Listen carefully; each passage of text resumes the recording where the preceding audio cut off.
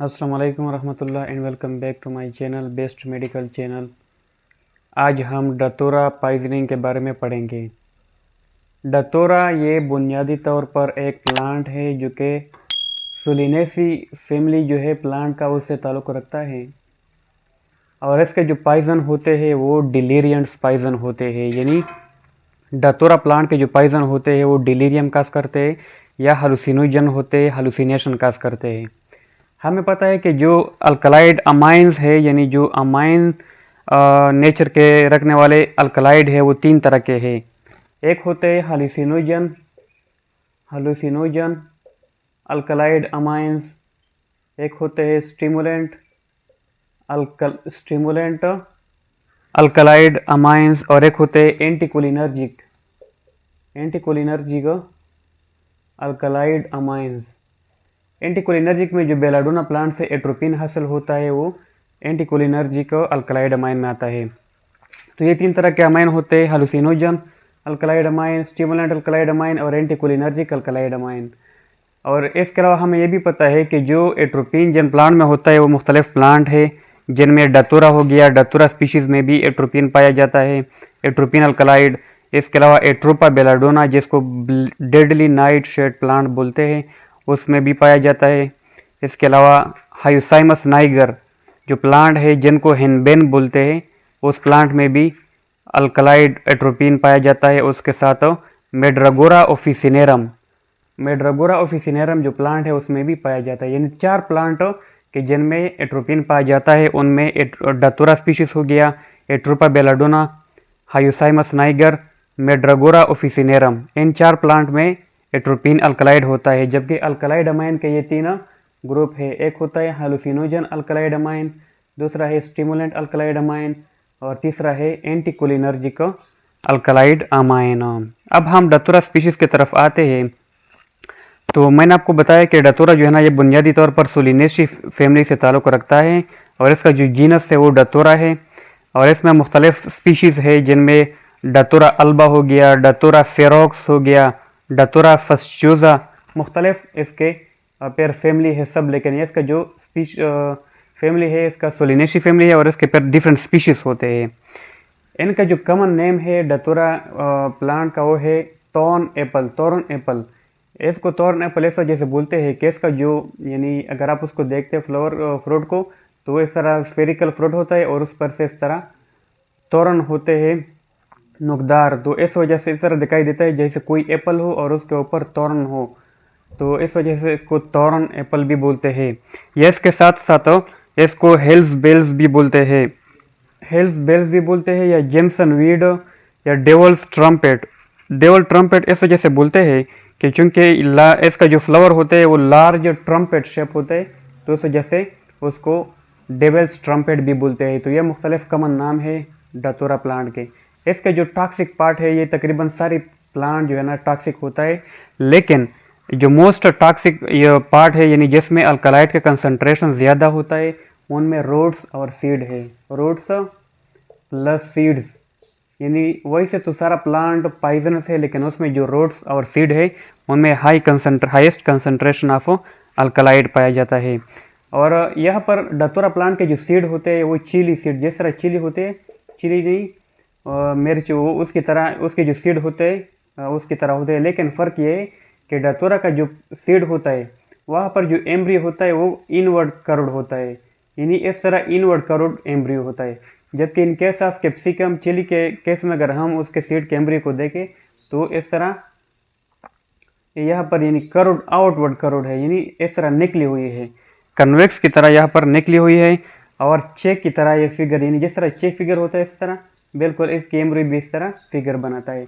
और ये जो है ना बाहर की तरफ निकली हुई है जबकि ये जो है ना अंदर की तरफ धुंसी हुई है। तो ये एक फ़र्क है कैप्सिकम सीड और डतोरा सीड में।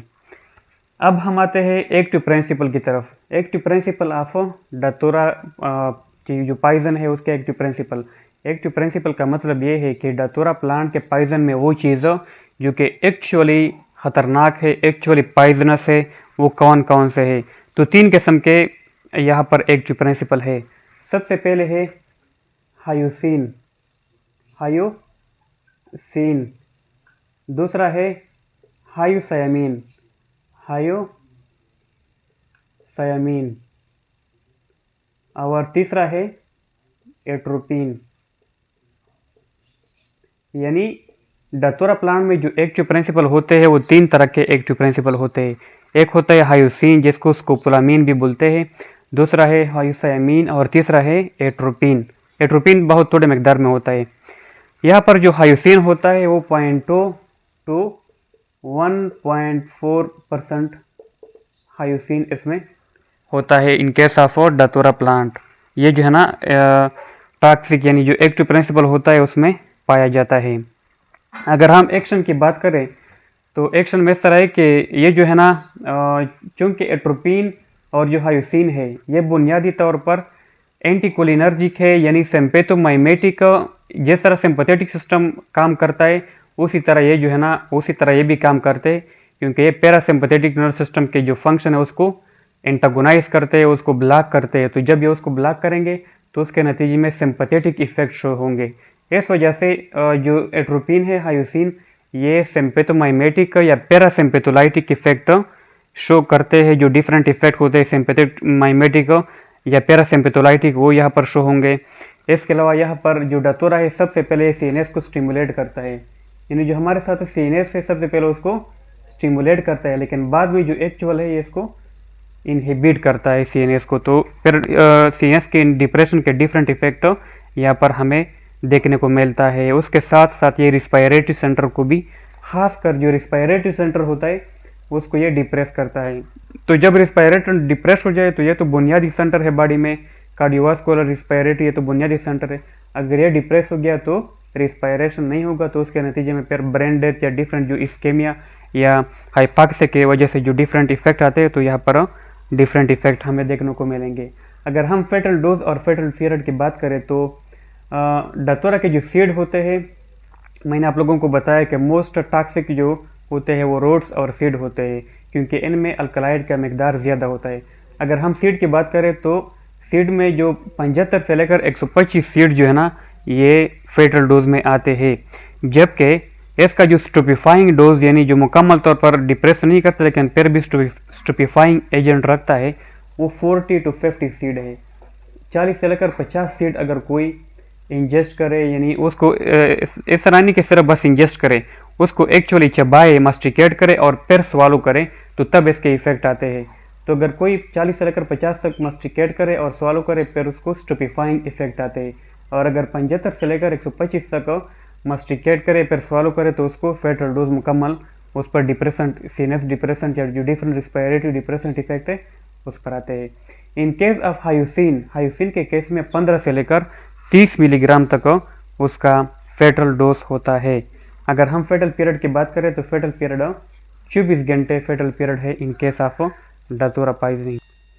अब हम डतोरा पॉइजनिंग के साइन और सिम्टम को पढ़ते हैं। तो इसका साइन सिम्टम को पढ़ने के लिए जो निमोनिक है वो है dry as bone, mad as a wet hen, blind as a bat, hot as hare, red as beat.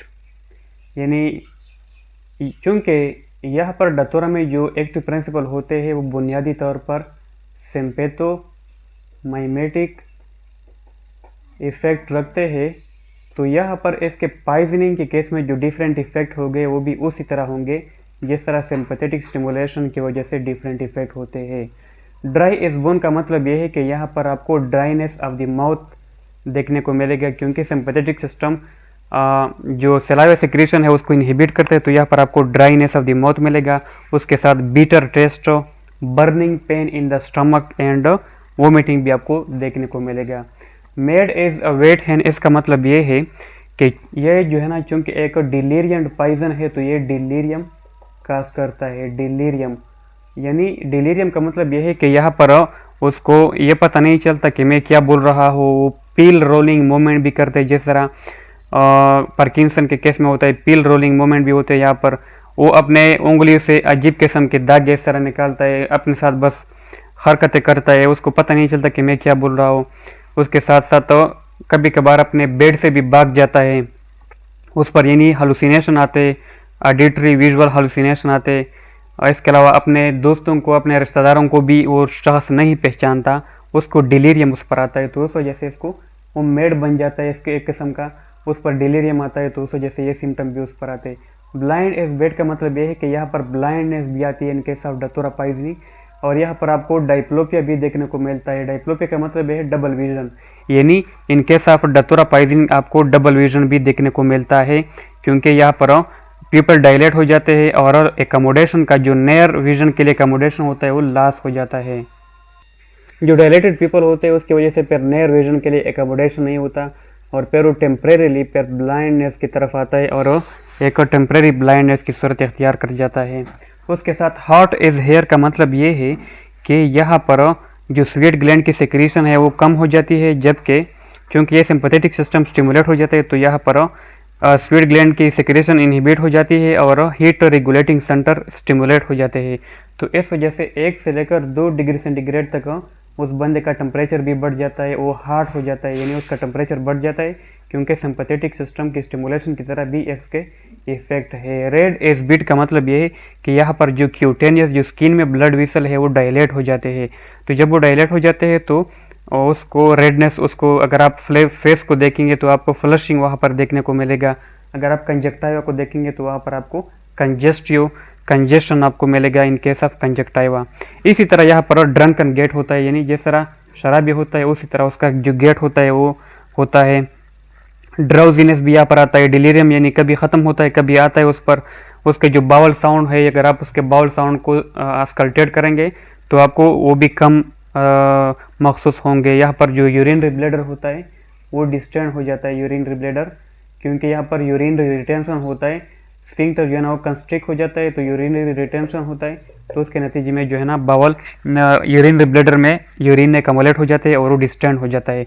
यहाँ पर जो पल्स होता है वो भी रैपिड हो जाता है, यानी 120 से लेकर 140 तक पर मिनट पल्स हो जाता है, फुल बाउंडिंग पल्स होता है, क्योंकि सिंपैथेटिक स्टिमुलेशन की तरह यहाँ पर इफेक्ट होते हैं, तो यहाँ पर पल्स भी रैपिड हो जाता है, लेकिन फिर बाद में वो कमज़ोर हो जाता है और फिर इरेगुलर हो जाता है।